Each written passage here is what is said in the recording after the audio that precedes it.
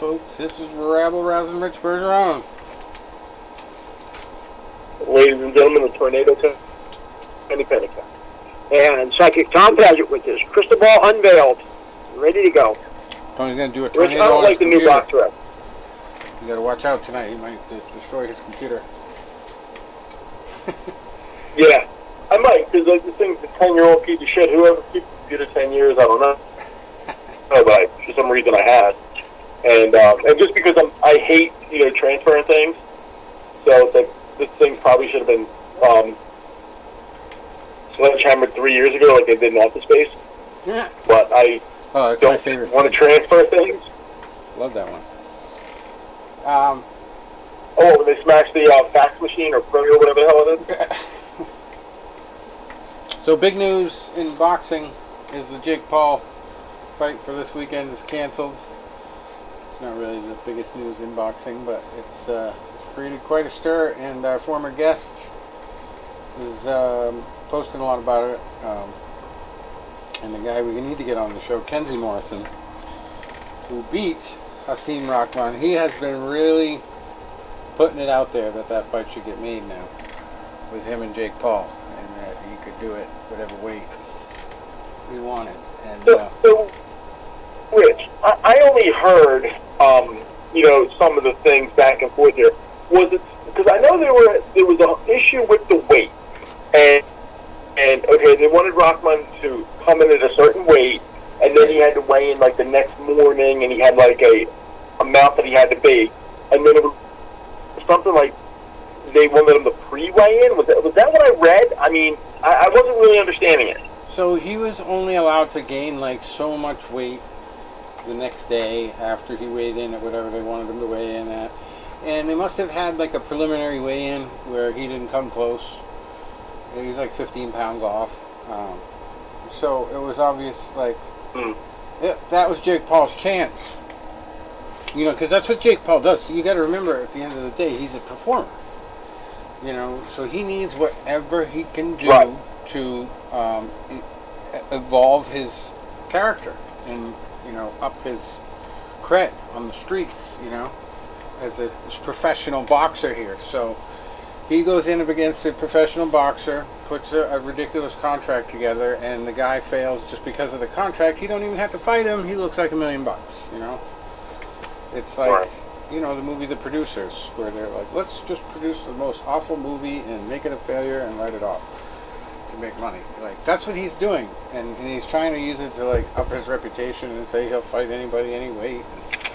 Here comes Kenzie Morrison.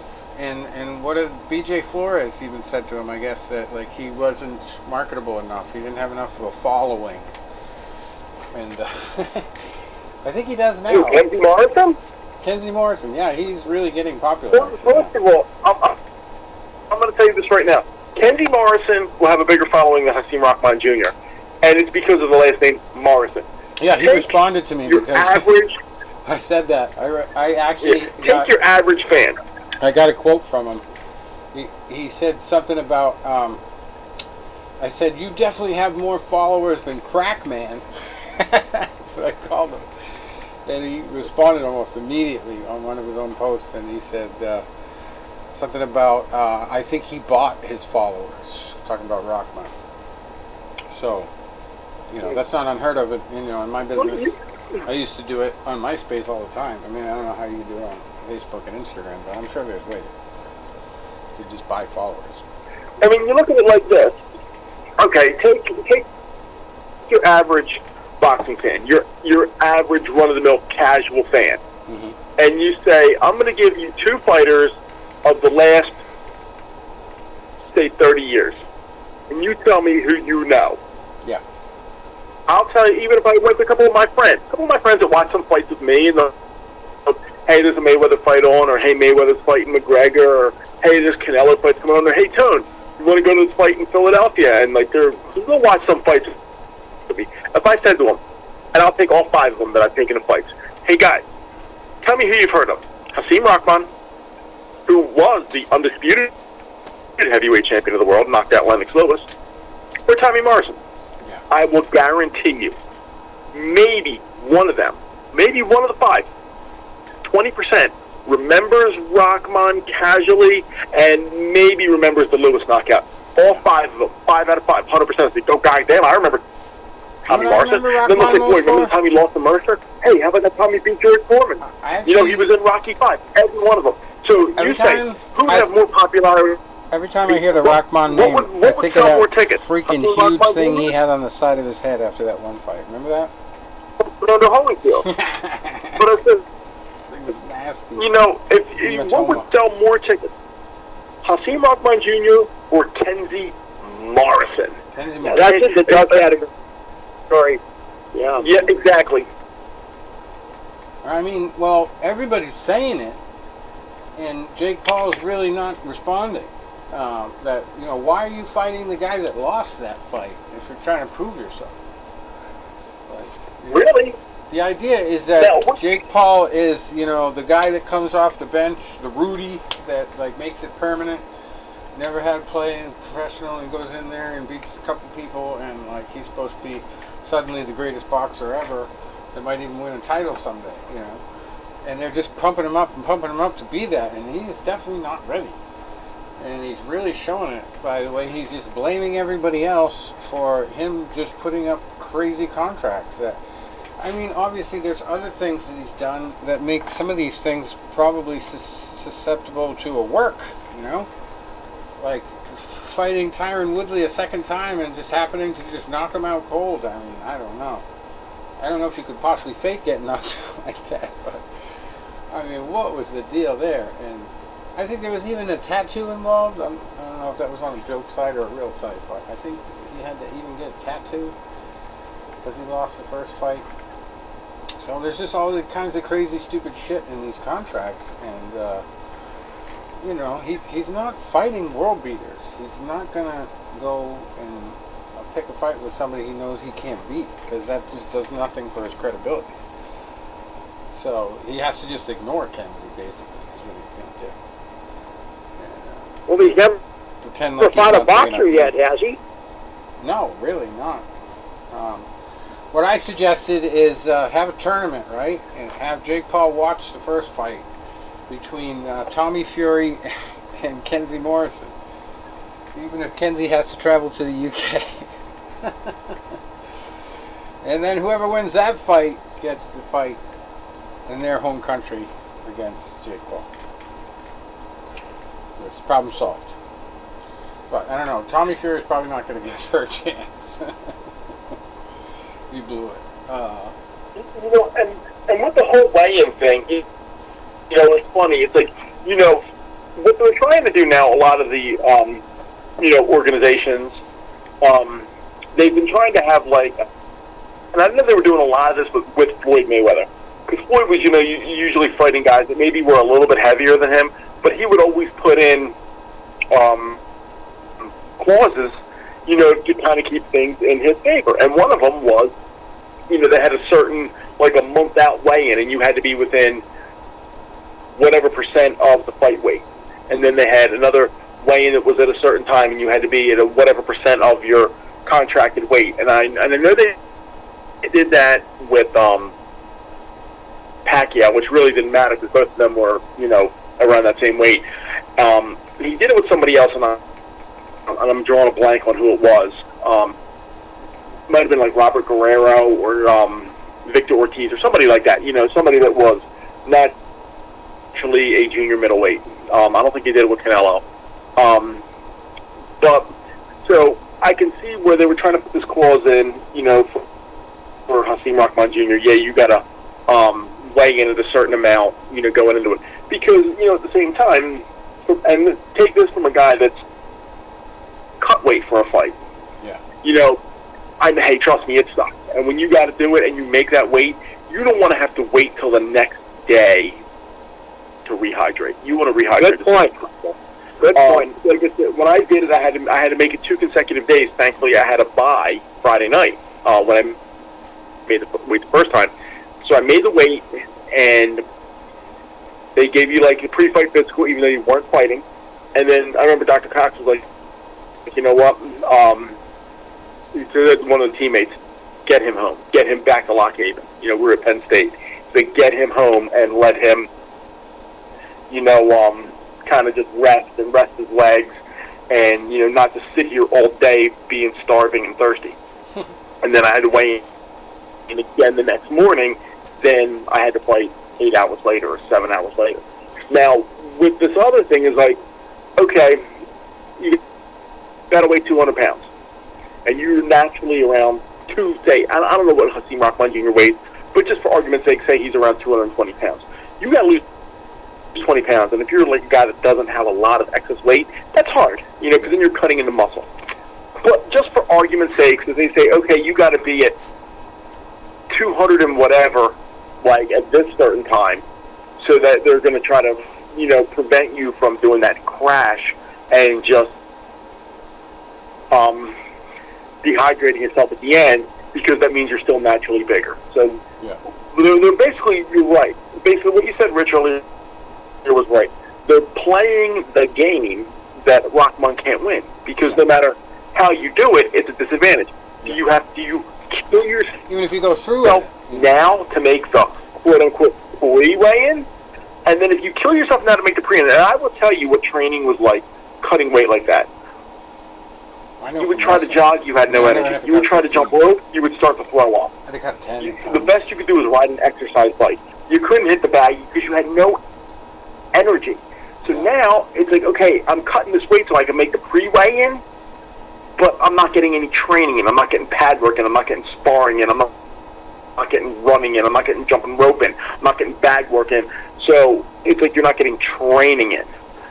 Then on the other side, if you're doing your training and your weight is not naturally that low, you're not going to make the quote-unquote pre-weigh-in. Now, say for argument's sake, okay, Rahman makes the pre-weigh-in. He had to be, to say, 210 pounds, and he was 210. Okay, fine. And then he gets to the day before weigh-in, and he's 200, where he has to be, and I'm sure it would be 200.000, not 199.999, because trust me, I've been there. And then you got to hold that for 24 hours. Well, you know what? That's actually not as hard as it seems, because basically what you do, as soon as you get off that scale and you're dehydrated, you drink something real fast, boom. You eat something real light, boom. Yeah. And then basically you just got to wait 24 more hours, and you just got to flush that out of your system again. And then you weigh in again. Now, granted, you're not going to feel as strong as you normally would the night of the fight, but it's doable. Yeah. But Rahman, I mean, he's not really a career fighter, so he wasn't prepared for it. And I think Jake Paul targeted him just for that fact. And I mean, he also acted pretty unprofessionally after the Morrison fight. He went after the referee and everything, I heard, which I had not read before until recently. So, I think Jake Paul recognized that this kid is a good person to target, to beat up, like acting like he's a bully. In boxing, he's going to go in there and pick a fighter that he knows he can beat, and even if he thinks he can beat him, at the end of the day, he would rather win this way. I think Jake Paul is loving this, that he's getting all these attention, and guys like Tommy Fury are getting ridiculed, and Rahman Jr. are getting ridiculed like they never put their dues in. Like, I'm not saying he didn't put his dues in. He hasn't proven himself yet, either guy. So, I mean, that's particularly why Jake Paul is picking these people. They have not proven themselves. Especially the MMA fighters that he's picked, like Ben Askren. Come on. Give me a break. That was ridiculous. And then, 2 times with Tyron Woodley. And now he's running around talking about fighting Mike Tyson. And I will go out on a limb and say that I remote located to Tom's crystal ball and have seen the future, and Tyson is not going to fight again. He will never fight again, and if he does, for some reason, it will be a complete joke. Especially if it's with either one of the Paul brothers, because they're like best friends. They hang out on islands together and drink all night. And probably smoke a lot of weed. So, it's not going to be real at all. So, whatever, Jake Paul. I'm getting sick of the bullshit. I want to see him fight somebody real. and I think this is going to turn back on him eventually. Maybe he won't. Maybe he feels he never has to. Yeah. Maybe he'll never fight someone real. It's like he's over in the metaverse, racking up wins, claiming wins in the real world. Anyway, some real fighters went to war last weekend. Amanda Nunes and Julianna Pena. And I should have listened to Tom. I only listened to him on one card. Put Amanda in the main event. And boy, she earned it. She ended up with like 220 points. Yeah, that was in the MVP slot on FanDuel. And yeah, that was ugly. It's ugly. Yeah, it was actually pretty interesting, except for the fact that Amanda just like had this unreal right hand and just kept dropping Pena. And the only thing that saved Pena from getting grounded and pounded a couple times was the fact that she had been scrambling with the jiu-jitsu pretty well, and she was so close to getting a couple triangle chokes, but Amanda's just too smart with that stuff. She would be like so embarrassed going back to herself, when she got choked out. It wasn't going to happen. So, I mean, Julianna tried and made it the full distance, but I mean, it was a miracle. So, she did rough Amanda up a little bit, gave her a nice, good black eye. And she didn't look very good the next day. Somebody actually, one of the meme groups I followed, said something about her looking like Clay Guida after the fight. It was too funny. Anyway, so Julianna did not look good the second time. She had flashes of brilliance, but just did not pull off the wins. She obviously just looked so much smaller. Talk about weight issues. She looked so tiny to this Amanda Nunes. Amanda this time came in fairly jacked up and ready to throw punches and kicks. And that's one of the things that I really did not like about Julianna's game, is that when she was at a distance, she did not try enough leg kicks to take out Amanda's front leg. It would have totally taken away her striking game and changed everything. And she just wanted to punch her in the face so bad that that's all she tried to do, and she just was not in range for it a lot of times and opened herself up. She had bad defense and ended up on the back so many times.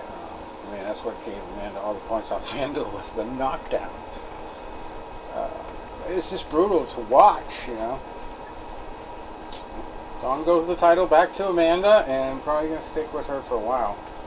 I don't see too many people giving her another fight like Julianna gave her last time. On her worst day. Again, and her worst day is not going to be that bad after knowing what a loss tastes like that. So, she's back in the win column, back with the belt, and who knows where she's going from this. And then there's Brandon Moreno winning the interim belt over Kai Kara-France, and it was getting to be a pretty interesting fight until Moreno landed a vicious body kick, and it was in the liver chest area, could have broken a rib. I don't know really what the story was for the injury, but Kai Kara-France just went down. He suffered a couple punches beforehand, but I guess it's like 26 seconds left to go in the third round, and yeah, he seemed to have, like I said with Julianna, just flashes of brilliance. Like he really, they got Moreno bleeding. He cut him up pretty good. He was hitting him in the eye and frustrating him to that point. And it was a 5-round fight, so if that kick to the sweet spot had never happened, who knows? But yeah, I banked hard on Kai because of all his first round knockouts recently, and didn't give enough credit to McLovin. So that didn't help me a lot. Then there was Sergey Pavlovich. I knew he was going to win, but it was very controversial the way he won. I don't take the perspective that it was an early stoppage, because Derek Lewis only popped up after the ref stopped it, and you can talk all you want about whether he was okay at that moment, but Sergey Pavlovich was fighting like a maniac at that point, literally, like somebody told him that Derek Lewis killed his mother. He was like unbelievable with the onslaught of action that he was throwing. So, I mean, even if you give Derek Lewis 10 more seconds, he's not going to weather that storm. He's not that type of fighter.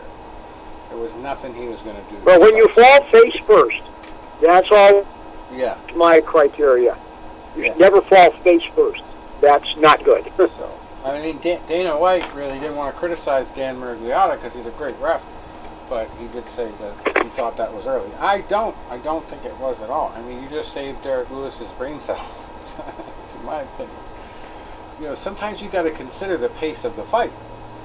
And what is this guy doing to defend himself? He's not defending himself. That's the key reason to stop the fight, right? He's not defending himself intelligently. It doesn't matter if you're okay. You're not going to be if you keep not defending yourself. That's the point of stopping.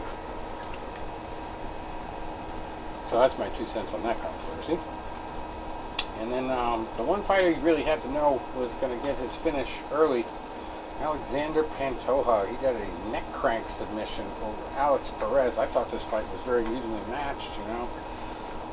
Comparable records. I really didn't know who to pick, and it was a flyweight fight, so I didn't think it was odds heavy of finishing early, so I totally ignored that one. And then Magomed Ankalaev broke Anthony Smith's Ankalaev. His leg, unfortunately, for Smith. Hey, he didn't really look that great either. He had quite the win streak going into this one, but Magomed, he's just one of those durable types. Kind of like a Rocky Marciano. He just will. And it's not always flashy, but you know you can try to club him down, and then he'll just come out of nowhere and just waste you. And so he just kind of did a rope-a-dope routine, and he seemed like he was getting beat up a little bit, and then just broke Anthony Smith's leg. Oh, I think he broke it early, but Anthony didn't have it get to the point where he couldn't walk on it until the second round, and then he went down at one point and he was gone. He got TKO for punches, but he also definitely broke his leg. So Magomed Ankalaev won that one. It wasn't the most impressive performance on his part, but you know it just shows how durable he is.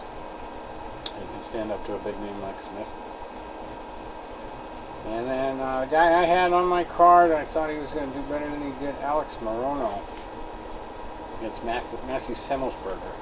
Morono got clocked a few times. This was an entertaining fight. It ended up being a unanimous decision for him, but I mean, he pulled it out of his ass because there was one round where Semmelsberger was about to knock him out a couple of times. He was able to get distance again and start tuning up Semmelsberger from farther out. So that was a good unanimous decision. But you're gonna get knockout wins to win the big money in FanDuel. I got in the top 1,000 on my best card, but many thanks to Amanda there. Then Drew Dober over Rafael Alves. Everybody was high on Drew Dober. Ended up being a third round finish, 1 minute and 30 seconds into that one. He was one of the most expensive fighters to buy. He beat Rafael Alves. For whatever reason, nobody had faith in him. And then he lost it by a punch to the body.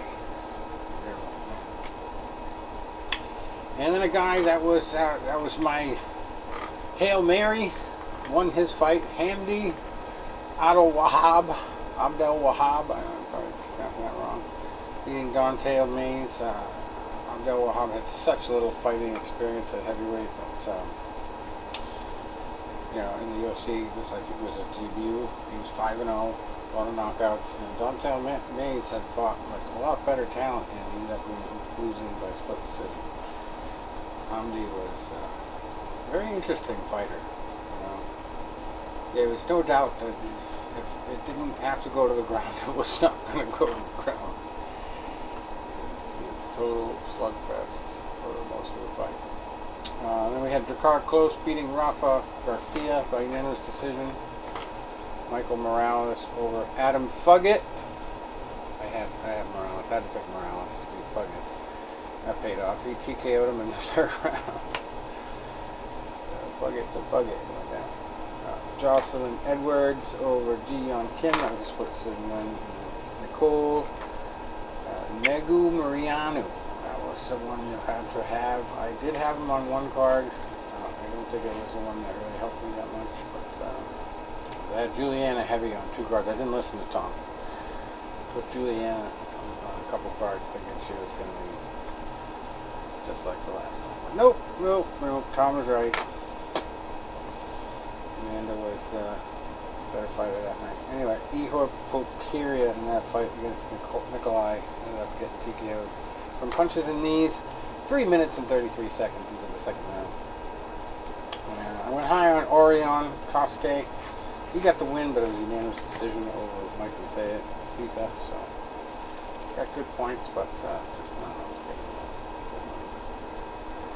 But I have another chance this weekend, and for the next couple weekends, I believe. I mean, the UFC is non-stop these days. I don't know how they do it. I guess that's from not stopping during the pandemic. Still being considered the best fight league there is, I guess. Trying to prove it.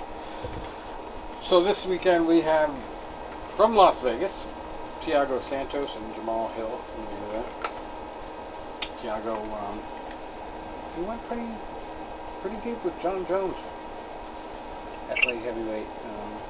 Didn't get the win, but tested him quite a bit. Jamal Hill, he's only got the 1 loss, but I don't know if he's faced anybody like this, so it's an interesting matchup. Hill is kind of a knockout artist, so you can never count out the puncher's chance in those, but just to not have as much experience as Thiago, so I don't know. What do we say about that one, Tom? Just like crystal ball tell you.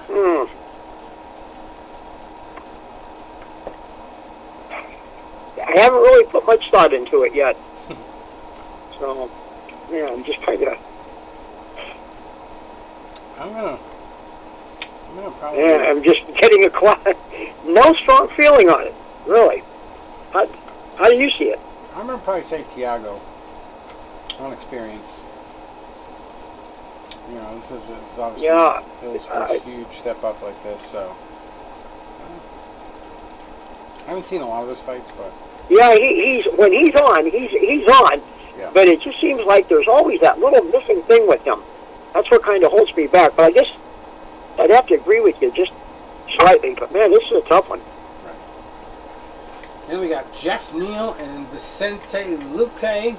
Neal's got half as many losses. He's 14-4, but Vicente Luque has a few more wins. He's 21-8-1 at welterweight. I like his fighting style. I know he's pretty durable himself. I'm going to pick him. I like him in that one. And these guys I have not researched enough, so I don't know. I haven't even seen their names before. Their third fight in the main event. Muhammad Usman. I've seen the name Muhammad, just not Muhammad Usman. Is he related to the other Usman? He looks like it. He looks like it. I shouldn't say that. That's racist. Oh no. He's fighting Zach Pauga. 5-0. Usman. Yeah, Muhammad Usman. He's a heavyweight. He's pretty decent. He's got 5 finishes, 2 decision wins, only 2 losses, 1 by submission, 1 by decision. And it's called The Motor. Muhammad Usman. He definitely looks like a bigger version of Muhammad. Surprise. I don't know anything about this Zach Pauga, but these guys are making their debut, really. Usman's last fight was in the Professional Fighters League. That's not fought in the UFC. I'm going to check out Zach Pauga. 5-0. And 7-2. Alright. He only has 1 knockout. They call him the Ripper, though. 4 decisions. They call him the Ripper. Zach the Ripper. That's a good one. Alright. He has only fought in Cage Warriors and LFA. Professional. And he's got 3 straight decisions, so. Go out and I'm going to call him Usman. Usman. His brother or cousin to get him good with Dana White after that. He's in. But competition heavyweight. He's got the right people in place.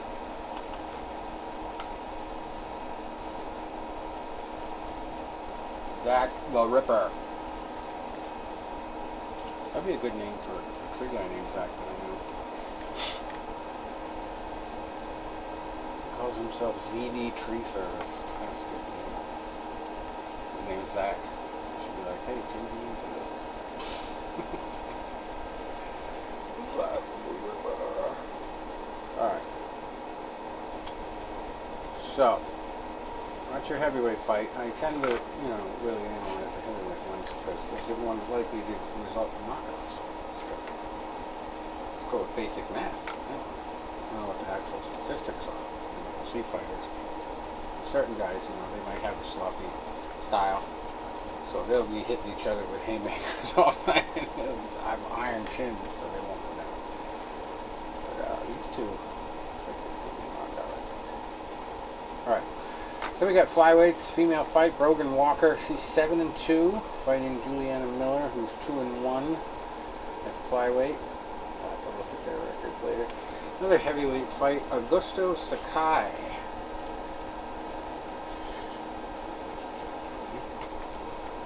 What's his record?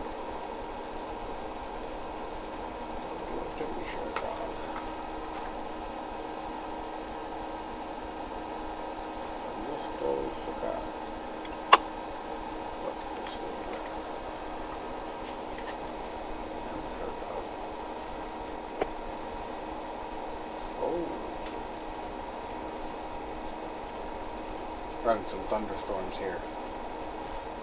Yeah, we had some good ones earlier. It's actually kind of nice living up on a hill for a couple reasons. Number one, like when a storm comes, you can pretty much see it. It always comes from the same direction on the other side of the lake for me. So you can pretty much always see it coming up unless it comes over the backside for whatever reason. But the other reason is because it kind of acts like a buffer. The lake is in the valley between us, between me and the next set of hills. So when the storms come in, they tend to just get sucked right into the valley. And some obviously some are big enough they end up sweeping over us. But most of the time when it's like a thunderstorm situation, it gets trapped almost in that lake area, and you get to watch the storm without even being in it most of the time. So today was like that. We really only got like 5 minutes of rain. It was weird, but I mean, there was some amazing lightning out there. I felt like I was living in Florida for a second. It was nuts. And I was looking for that funnel cloud, Tony. Yeah. Well, usually when that happens, I get about 32 text messages. Hey, I got a warning. There's a tornado warning. I didn't know you were in town. Well, the one time it happened a couple years ago, we had a party on a Saturday night. And the party went until about 4 in the morning. I was drinking Southern Comfort and Jack Daniels right out of the bottle, so let's just say it wasn't a good night. And I woke up. I went to bed around 4. I woke up at 8. I'm like, I don't know why I'm up so early. And surprisingly, I don't feel bad. I didn't feel bad because I was still drunk. And I kind of did my whole day routine. I was kind of tired, but I wasn't feeling too bad. Around 8 o'clock that night, I started feeling bad, and that was I had to go to the office. I'm like, oh man, this is gonna suck. So I'm laying there and I'm hurting. Around 2 o'clock in the morning, we're having a wicked storm, and my phone goes off with a tornado warning. And I'm looking at my phone. It goes, seek shelter immediately. And I looked at it and I said, I can't move. I can't move. I can't. I said, you know what? I said, I will tell you this right now. I said, let it come. Let it come and let it take me away, because it would actually be a relief. I would actually feel better than I do right now. And then, of course, as it was progressing west to east, the storm and all the different tornado warnings, all my friends were then getting them because they all live in more in the Philly area than over in Jersey, like, western part of Jersey, which is right over the border of PA. So they're all getting these warnings, and of course every one of them is texting me, hey, I get a warning at 3 in the morning, Tony's in town. I'm like, guys, shut up, I'm hungover, leave me alone. I feel like death right now. I don't even want to care. I don't care. My youth. My drinking youth. Yeah. Anyway. Heavyweights. Augusto Sakai, 15-4-1, fighting Sergey Spivak, 14-3. In a heavyweight fight here. And then we got Ariane Lipsky, 14-7, fighting Priscilla Cachoeira, who's 11-4 at flyweight. And our boy, former guest, Sam Alvey, Smiling Sam, they call him, 33-17 with one draw. Talk about a journeyman. He's fighting Michael Oleksiejczuk. Definitely butchered that. He is 16-5. Don't know much about him. But Sam is just kind of like, he reminds me of like Forrest Griffin type fighter, you know, like he's old school. He doesn't have like a dynamic thing. Like every now and then he'll do a spinning back fist attempt, but he's just very good at all the basics. So every now and then he surprises us, but we'll see what he can do here in the 6th fight of the night. And Terrence McKinney, he's 12-4, fighting at lightweight against Eric Gonzalez, who's 14-6. And this guy has got a great name for a fighter, Brian Battle, 7-1, fighting Kakashi Sato, who is 15-5 at welterweight. 3rd fight of the night, Jason Witt at welterweight, 19-8, fighting Josh Quinlan, undefeated at 5-0. We got 2 female fights to start off tonight. Corey McKenna, 6-2 at strawweight, fighting Miranda Granger, 7-2. I'm going to create my own martial arts league, and I'm going to have hayweight instead of strawweight. Hayweight.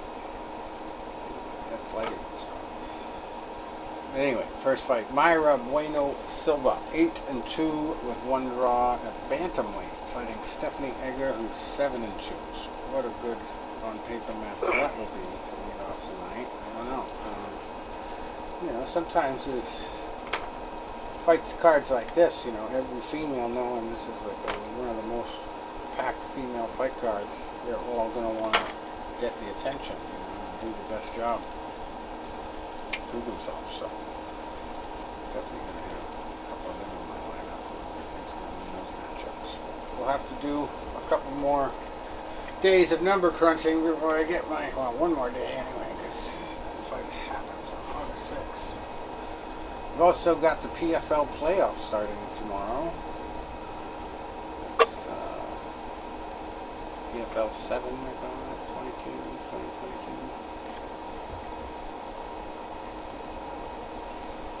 And look at that. Main event is Anthony. Speaking of the weather, Rich, I was watching the Phillies game. My lights just dimmed again.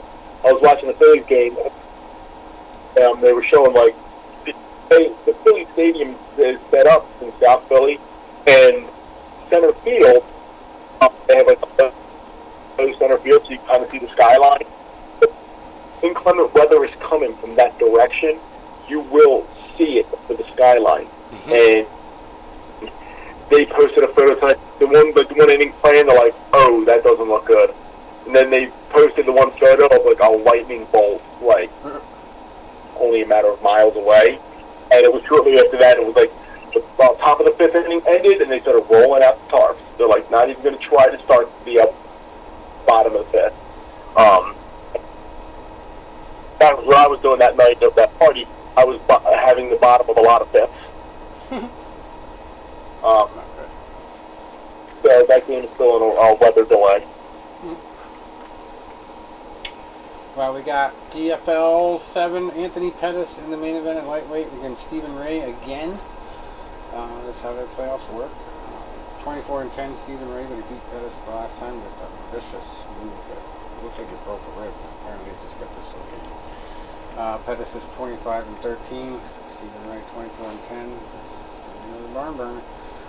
Omari Akhmedov at light heavyweight, 23-7, fighting Joshua Silveira, who's 9-0 in another UFC bet.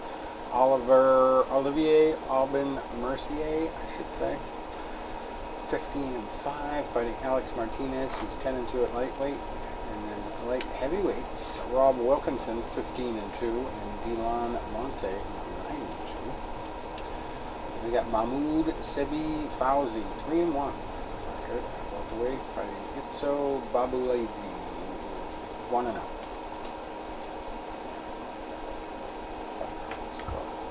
Another light heavyweight one that's interesting. 9-4 Cody Hendricks against 9-4 Martin Hamlet. It's a good name for a fighter. I'm fighting Hamlet this week. Better name than Hambone. So we had a big fight card last weekend. Not Arislandi Lara. That's the guy he fought out in Vegas. Rances Barthélemy got quite a controversial win. Controversial loss. Did he lose? Barthélemy? Barthélemy? Yeah. Yeah. Oh, Horrible stoppage. Horrible. Oh, so he got stopped. It was, I was just watching the early rounds. That's why I say that. I did not finish watching it. Yeah, it was such a very good competitive fight. Gary Antoine Russell was in there. He was the favorite. And I think he was 15-0, all by knockout going into the fight. Barthélemy was a nice step up in class and in caliber. He's a good fighter, southpaw, extremely talented, Cuban fighter. And so the first round, Russell goes out there, lands a few good shots, and then, as we were watching it, it was after 6 rounds, it was pretty close, if not dead even. In fact, Barthélemy may have been ahead because he was landing some really good shots. I think he had hurt Russell once or twice, and then Russell came in and landed a very good lead hook. He dipped and he rolled, and he threw that nice lead hook, and it caught Barthélemy kind of like on the forehead temple area, and he stumbled, and he pitched forward, and at first his gloves touched the ground, and then as he was trying to balance himself, his torso hit the ground. So he went down, face first, but he went to catch himself with his gloves, and then his torso hit the ground. He was up at probably about the count of 3, if not even before that, and he walked away from the referee to the one corner, and I forget if it might have been in the red corner, and he walked to the corner, and he turned around, and he looked at the referee, and he had his hands, at his, midsection, so it wasn't like his hands were at his sides, his hands were at his midsection. The referee says, "Do you want to continue?" He looked at him, and I believe it looked like he responded. The referee took his gloves, wiped his gloves, and then waved the fight off. It made no sense to me whatsoever because, hey, was he stunned? Yes. Was there still, a lot of time to go in the round? Yes. Did he deserve the chance to continue the fight and maybe survive the round in a very competitive fight? Absolutely. Yeah. Absolutely. And, it was, like I said, not a good stoppage. And, and Barthelme's corner was furious. I mean, they were like in the referee's face. I mean, in the referee's face. And then they turned to the Showtime executive. They said, "It's not you." And they turned to Gary Antoine Russell and said, "And it's not you. It's him," pointing right at the referee. Like, ain't you, it's him. He's the one that basically fucked up. Yeah. So, yeah, that's a more early stoppage than Derek Lewis won, for sure. I did not see it. I kind of, tuned out back to the UFC, right after that fight started, so I missed it. But, saw a little bit of the Kaunaski versus Demirzin fight, and, boy, talk about sloppy. That's one of the sloppiest heavyweight fights I've ever seen. I think the only one that comes close is the guy they call the Mexicutioner, Bellator. I forget his real name, but he fought a heavyweight fight with this guy. Oh my God, it was just disgusting. And I think one of them fights in there. And then we had, of course, the big one, Danny Garcia versus Benavidez, and that was talking about the Kanaki fight first. Okay. My dad and I kind of made a statement. Our one older friend who was when Kanaki was first breaking into when he was getting some of those like BBC, and they were like, they were having like Fox cards in the evening, and Kanaki at the time was undefeated, and like loved him because he was a Polish guy, and Bill really liked him. And then Bill passed away in February of 2020. 2 weeks later, Kanaki had his first loss to Robert Helenius, got stopped. And then he fought Helenius again, and he got stopped again. And then he fought the other night, and he got beat again. We're like, ever since Bill died, Kanaki hasn't won a fight. It was like he was undefeated with Bill being alive, and he's, Bill passed away, and he hasn't to do with his since. face-first style. I mean, you just cannot win once people figure that out. He hits hard, yeah. He walks through punches, but that's the Homer Simpson defense. Like you can't win with that over a career. He won 20 fights. But I don't think he has as good of a chin as Homer Simpson did. No. I don't think Demirison had as deadly of blows as to Dedrick Tatum either. Anyway, your Philly boy Garcia had a little bit of controversy in his fight, but only for his speech after the fight, which I thought was kind of crazy. Like, why was there controversy there? And from the fight, like Danny really put a body punching clinic on. I think he landed like something like 150 body. I saw the redness in the fight. I was watching. Really worked. Yeah, really worked the guy over. Better over.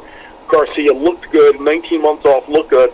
And one of the things I had been talking about, Danny, in our local papers in Philadelphia was, going into that Errol Spence fight, almost 2 years ago, he was mentally like burned out. He said like he was going to the gym. He's like having anxiety attacks. Yeah. And from a guy that's been there, hey, I know how it is. It's like, something simple, like when I was having it real bad a couple years ago, going to work. I was actually ill going to work, and my whole face was turning numb. Yeah. And I was worried that it was something neurological, that maybe I was having not like a Parkinson's or a Bell's palsy or a stroke or something like that. I was really, really concerned. So I went to my doctor, and he was running some tests on me, and the first thing he goes, have you been under a lot of stress lately? I said, yes. 2 people that were close to me had just passed away, which really, I get that. I said, my job's transferring me. All these things are happening. He goes, you're having an anxiety attack. And he wanted to put me on medication like they did a couple years ago, and I actually opted out of it. I said, no, let me try to figure this out on my own, and I was lucky. It took me a few weeks, but I was able. So COVID kind of slowing the world down actually helped me in a way, because I wasn't running at like 195 miles an hour. So I can appreciate what Dave wrote when he was saying that, like, go to the gym. He was having anxiety attacks. He was actually physically getting ill going to the gym. He's like, I've been doing this for how many years? Why am I getting like these feelings of dread? And why am I getting ill going to the gym?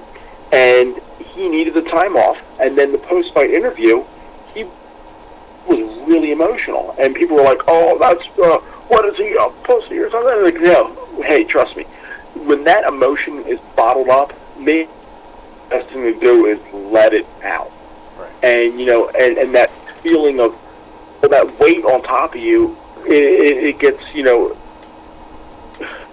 it's like a pressure release. Yeah. How do you think he's going to do at 154? I mean, he looked good to me. He did what he needed to do. But was, do you think it was he was not that more on him, or was it maybe the opposition really super? What do you think? I thought really he only won because he was patient more than anything. He was patient enough to throw more counters, and he was patient enough to open up with the body shots from a distance. And Benavidez just was not aggressive. Like, if he fights an aggressive fighter, he's going to be in trouble if he doesn't change his style. Because he did get a lot of punches to the face. Just has a great chin, so he wasn't as bad as Kalinowski was, but he definitely got clocked a few times, and there was a lot of trash talk, active trash talk right in the ring that he kind of got sucked into, so that's my 2 cents on it. But you asked Tony, so I kind of rudely interrupted. Go ahead, Tony. No, and Tom, to answer your question, yes, I believe it is a combination of both. You know, not the world beater opposition in Benavidez, but at the same time, you know, a good fighter to take on when you've been out of the game for, you know, 19 months and you're moving up. There's a lot of rust on both. Durable. You know, going to make him go rounds. You know, not going to back away from him. The one judge that had it a draw, I don't know what the hell he was watching. That was not. No, that was yeah. Whatever. That's not a good idea. You know, it's like sometimes like, hey, and I get it. You know, officiating's not easy. I mean, I'm obviously a much smaller scale, but I've done it. And, you know, sometimes it's easy, and sometimes, you know, depending on where the fighters are in the ring, you could be the judge on, you know, the one side of the ring, and 90% of the action's in one corner on the other side, and one guy is shielded from you just because the way he's standing, you can't see him, and you can't see what he's landing or not landing. Right. But you know, you see anymore. It's like, you know, some of these judges, you know, are they watching? And I know, you know, when we used to, you know, sit there with Dr. Cox, and he would tell us, you know, about judging fights, amateur fights, even some pro fights, and he's like, you know, sometimes, you know, we're sitting there, and he goes, I might start, you know, daydreaming, especially if the fight's not, you know, action-packed. I might start daydreaming.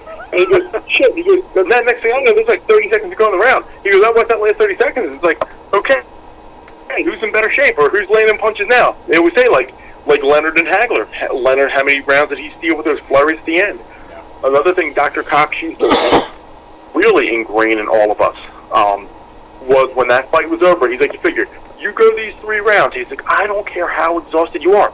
You don't got to fight another round. You're done. So you don't have to conserve any energy, and you can find that second win. He's like, jump, you know, bounce around, walk to your opponent's corner. Especially they're hanging on the ropes. Go shake their hand. You know, nod to the judges. Do everything you can to show I'm not tired. Yeah. Show them, like, hey, I still got a lot left in me. Because if that fight's close, you know, the judge is like, man, who am I going to pick on? It's like, who am I going to, you know, pick in this fight? You know, well, I'm the guy that's in shape. And he goes, it's you know, it's more of a subconscious thing. Yeah. Yeah, good point. Well, we got 3, I guess, if you count tomorrow night. Boxing cards that I got on my boxing schedule, not box rec, unfortunately, but I got one without records. That's great.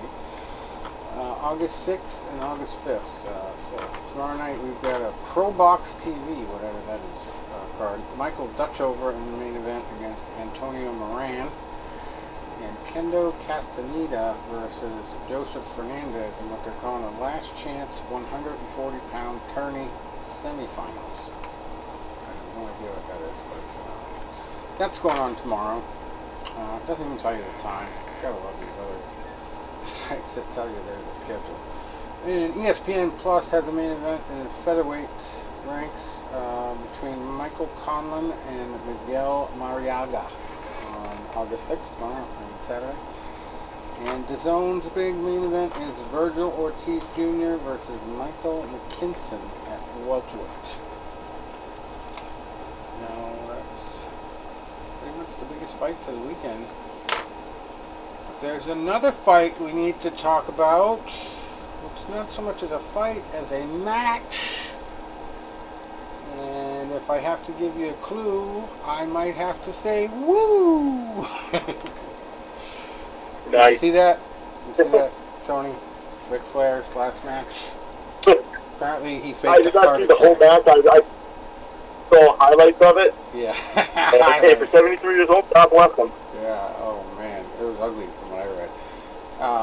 But you know, he did his classic style. He got a bloody head and everything. Friggin' faked a heart attack in front of his own family, and really probably fooled a few people. It's great, good stuff. And yeah, definitely was good for our last match, but I mean, it was also getting people to say that better be his last match because they were worried about him getting hurt. But yeah, he did pretty good apparently. That's my good note to end on, I guess. Don't have anything else tonight. Let's see, got anything else we think we missed? No, just looking forward to being regular D's. He's been out for a little bit, and I know my dad loves watching him fight. Ever since we saw him out in Vegas a couple years ago, really just blast like out of the ring in 3 rounds. And Herrera was one of those good, tough, durable fighters. A lot of people thought he beat Danny Garcia, and Ortiz, blasted him. So anytime he's fighting, is always a can't miss event. Right. And then other than that, I'll say you guys will appreciate this, and Tom, I know you will appreciate this, and you're gonna laugh. And if I could see you right now, you're probably gonna be shaking your head and rolling your eyes. So I go over to a graduation party last week. My friend Mike's, his sister-in-law, her oldest son, just graduated high school, and he's leaving on Monday to go to, I don't know if it's like a basic training, the National Guard. He's going to be gone for, a few months. So she wanted to have his graduation going away party together. Okay, great. So we go over there, and I was a little kid. And, we're talking to him, and whenever I would see him, like, he came over to my house, and he would be looking at a lot of my memorabilia. Yeah, he'd always ask me about some of my fights and everything, and you could always tell he was always interested in me telling the stories. So we had a bunch of his friends over, and I'm talking to his friends, and all nice, very polite kids. This kid, John, who's not a big guy, but you can tell he's muscular, and he's tremendous athlete. And he goes, well, what do you weigh, John? He goes, well, I weigh about 135 pounds now. Like I said, not a big kid, but, so you can tell he's solid, and he's athletic, and he's pretty muscular. And he goes, yeah, I was at the one gym, and I wanted to, try, to do some boxing training. And the one coach there told me I was too small. Too small. Who the hell said that? No fucking this is me getting angry and defensive at the same time. Have you heard of me? This is too small. I said, well, let me tell you this. I said, I'm going to tell you this right now. The lowest male weight class in boxing was 112 pounds. And I used to like posing with the 112 pounders because it made me look like I was like Andre the Giant. And the lowest professional weight class is 105 pounds. And these guys are tough-ass fighters. You get guys like Ricardo Lopez and those guys, Michael Carvajal. All these were good fighters. So he did something that goes, yeah, this guy was a coach at the LA Fitness. I said, what did you just say to me? He's a boxing coach at LA Fitness. He has, you know what his credentials are? None. Yeah, exactly. And so the first thing I did is, John, come over here. And I said, you're right-handed, so I started showing him a stance. I started showing him how, just throw like the 1-2 and snap the punch and uses whatever. And then I said, I'm just going to show you something right now. And I just started doing like footwork and pivots. And all the kids were like, wow, that's really cool. They just see me as some 40-some-year-old guy that's, just chilling and hanging out. But they could see like, oh, man, he knows what he's doing. So then another thing I said to him, I said, square up like we're going to fight. We're not going to throw any punches right now. And, okay, we're going to move. And I took a step to the left. So he stepped. And I took a step to the left. And he stepped. And I took another step. And he stepped again. I said, John, why'd you just move? He goes, because you moved. I said, exactly. I'm controlling where you go. He thought that was the coolest thing in the world. I said, I just controlled your movement without touching you. Mm-hmm. Because if you didn't move to counter my moves, I'm like on the side of you and I'm hitting you at will. And you could see his eyes lit up when I did that. I was like, you thought that was so cool. Mm-hmm. And then I always finish because I'm dealing with, a bunch of 17 and 18-year-olds. And, this young man is going to be going into the National Guard, and he's going to, be, someone that's, going to be, helping protect us. And I told him the story of 18 years old. I said, John, the same age you are right now. I was 18 years old. And they brought us to the Rockview State Penitentiary up in by Penn State. And I said, I was in there with a prisoner, and he was beating me up real bad. I said, I said, you know, I was scared to death. I said, this guy was, and he looked like he was intimidating. He looked like he'd scare Mike Tyson away. It felt like he had 6 hands, and every one of them was hitting me. And I was looking over at my corner, praying to God that my coach would stop the fight. He was looking at me like, no, you got something left in you, man. And I'm in that corner, my ass is against the corner, and this guy's hitting me. And I was about to go down. I was about to willingly go down, and you know what? I'm done. And I said, in my mind, I just thought everybody I would disappoint. I said, your uncle, who I grew up with, he was one guy that watched me fight on the streets for years. He always thought I was a badass. I can't let him down. I can't let my parents down. I can't let my, you know, deceased grandparents, my grandfathers down, because they were so proud, you know, such proud, tough Italians. I said, I'm letting everybody down. Throw your best shot. And I did, and the guy backed off, and he was like, he just nodded. And I said, you know what? Imagine if I quit. Where would I be right now? Imagine. And I said, that's a lesson in life. You know. Yeah. You know. Really. Yeah. I said a lot of times when, just like Danny Garcia the other week, I said, you know, your mind can be your worst enemy. The toughest opponent I've ever faced was the guy that stares back at me at the mirror every day. You know, I fought bigger guys, faster guys, stronger guys, but the guy that's inside my own head is my toughest opponent every day.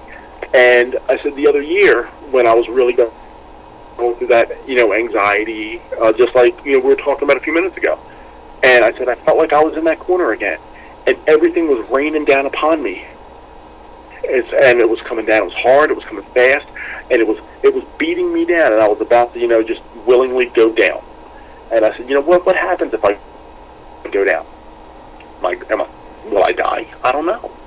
And I said, you know what? No, you got too much pride and too many people that depend on you to, you know, to go out like this. Throw that left hook. Throw it with everything you got. And I threw it. And it was like, and I saw a little light again, and then that tunnel. Saw a little light. And then next thing you know, COVID happened. And I'm like, the anxiety started again. And I was like, when I found that light, it started turning dark again. I said, no. I said, well, then you know what? If the first left hook didn't work, then I got to throw another. And I wrote a lot about that on social media, and people were like, wow, I never knew all this about you. And I said, well, you know what? I don't let this guy out very often because a lot of people see my quote-unquote character, and I don't know if they can accept that I'm more than that. I don't know if I can accept other people seeing me being more than that. But in truth, behind all the facade, there is a real person there, and that's all of us, every single one of us. And I said, you know, sometimes maybe you need to admit your fears and, you know, your anxiety, and maybe that saves someone else. I have a lot of anxiety about the old axiom, not being as far along as I should be at this stage in my life, you know? That's probably my number one anxiety. I'm such a perfectionist. I'm like, what the fuck am I doing? And one of my buddies gave me like the Goodwill Hunting speech the other day. Like, what the fuck are you doing? Why aren't you writing professionally? And I'm trying. You know, I'm trying to make that transition, but that's probably my number one anxiety. You know,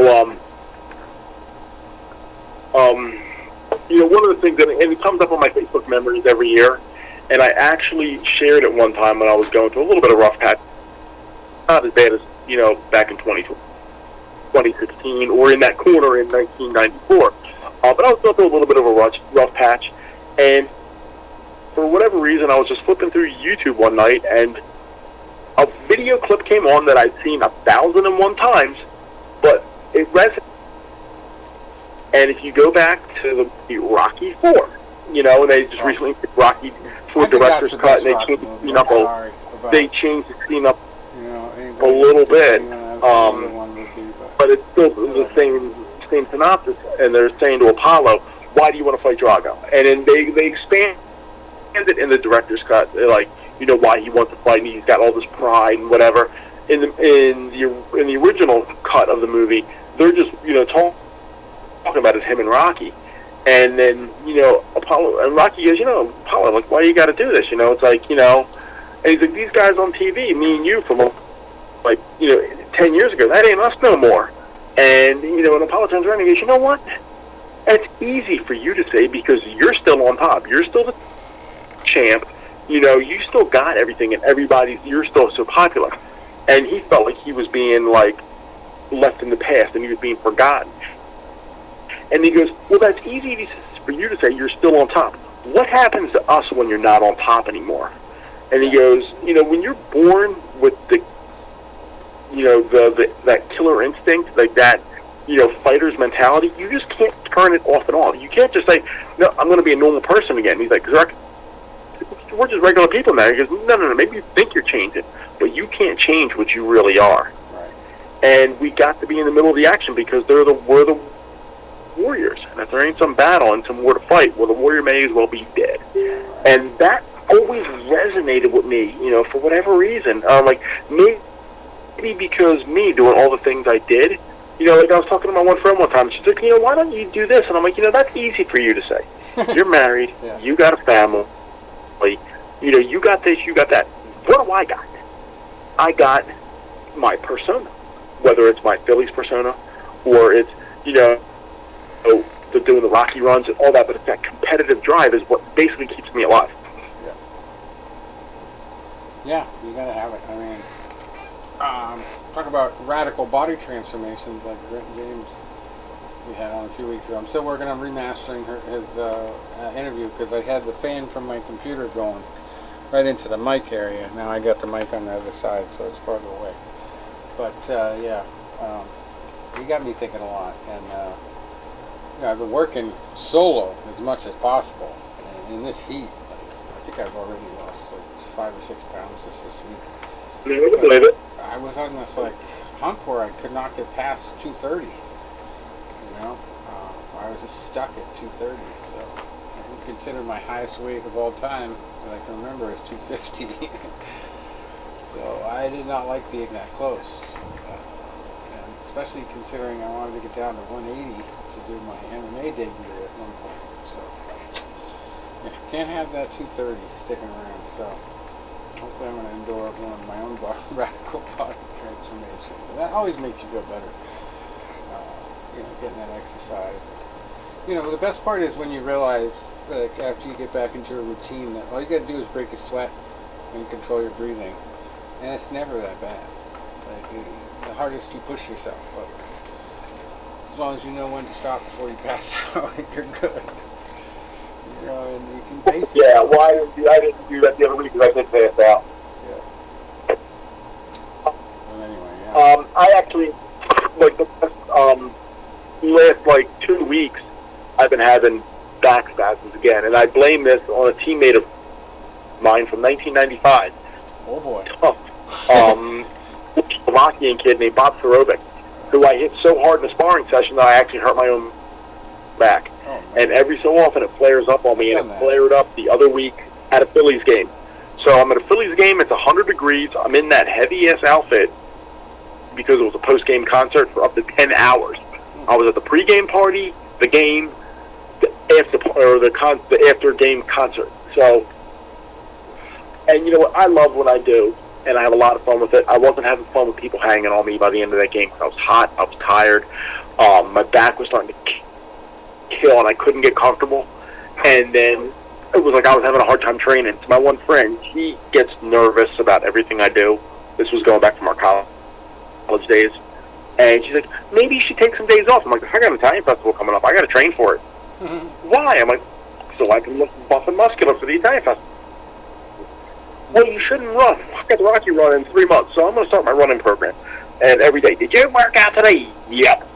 I'm mad at you. I'm like, good. So I just started my running program yesterday. And right now, all I'm doing is when I do my 3 miles, I'll do on certain stretches of it, I'll do every other telephone pole. And I'll sprint them. Well, I call them a sprint. Any competitive runner would call them a hobbled disaster. Gordon Calkins. I'm waiting for my one friend to email me back. I'm taunting this one guy, and he's pissed off at me. He's been pissed off at me since last football season, and he threw me out of his fantasy league, but the problem is I have the trophy. So now, he threw me out of his league, but I'm not throwing him out of mine. And I invited him to join my weekly league, and him and his buddy not talking to me. And I sent them an email, and they didn't respond. So I sent them another one. Because I am a bigger person. Huh. But if you win, well, last year you did not pay me that side bet we made, huh? Oh, well, you know what? I got your money. I'm just going to hold off about $100 of it. I'm petty, I know. Alrighty. Well. Oh, Tom, you'll appreciate this. I don't have any good pictures from last night, which was kind of a good thing. Poor little puppy came over. She turns 1 year old next week, and she looked like she went 10 rounds with Tyson. I said, damn, I like the tornado face is video. swollen. I said, what the hell's wrong with this dog? And she was playing, but it was like, and then she had like a big mark over her eye, and I'm like, well, did somebody hit her? Did somebody, whatever? And I'm like, well, the girl that walked her said, no problem. She goes, but at one point, she was rubbing at her one eye, and we're like, well, this dog probably, she was looking and like playing in a bush or something. We're like, probably got stung by a bee over the eye, or something bit her. So we took her to the vet, and they gave her some antibiotics. Swelling's down. She was back to herself today. But I said, stop fighting Tyson. You're a puppy. You don't got to do that. But she has a trick now, and which you saw it on Facebook. I call it the little tornado, because like when I go to take her outside to play ball, I'm like, hey, you want to go outside? And she'll run to the door, and she'll start doing spins. And I'm like, a little tornado. I'm like, you're a little funnel cloud. Tony, when do you think you're going to be ready for another dog? Well, you know what? I got the best situation right now, where we got this one. We have her 3 to 4 days a week. Last night she had to go to the vet, right? We went to the vet with her, but we didn't have to pay the bill. We don't got to pay the vet bills. We don't got to pay the food bills. So this is a rent-a-dog. Hey, as much as I love, as much as it really is. As much as I loved having Vinny for 14 years, when he had cancer that last year, those were some really expensive vet bills. And then every year with the heartworms and all that. Hey, let her take care of all that now. She's got money. She's got a salon. She's got a really booming business. You know what? And basically, it's a run-a-dog. And now I'm a never say never kind of guy, Tom. When my dog Adam, who I had from 7 to 19, died, I was in college, and I had so much guilt over it. I said never. And, I eventually had a friend that I was working with, and he would always say, he goes, you shouldn't speak in absolutes. I said, well, what does that mean? He goes, words like always and never, because, that's a word that's like, you can, bite you in the ass. I'll never get another dog. Well, guess what? I ended up getting another dog. I had him for 14 years, and he was my best friend. Or I always do whatever. Well, I'm always on time for work. Well, that one day you get in bad traffic, and you're not on time. So he goes, don't speak in absolutes. So I am a never say never kind of guy. There you go. Wow. Take it a day at a time. Thought. Yeah. I like that. I'll have to use that somewhere. Anyway, that's it for us for this week. And next week, I'm going to really work a little harder on getting us a guest. Like I said, I'm remastering the James Hergott interview. I want to make sure his audio comes in better. So we'll get that out by next week too, and start marketing it again. That was a good interview, and I'd like to do more of it. So on that note, till next week, guys, have fun. All right. Enjoy the fights this weekend. All right, sounds good. No tornadoes. See ya. Except Tony.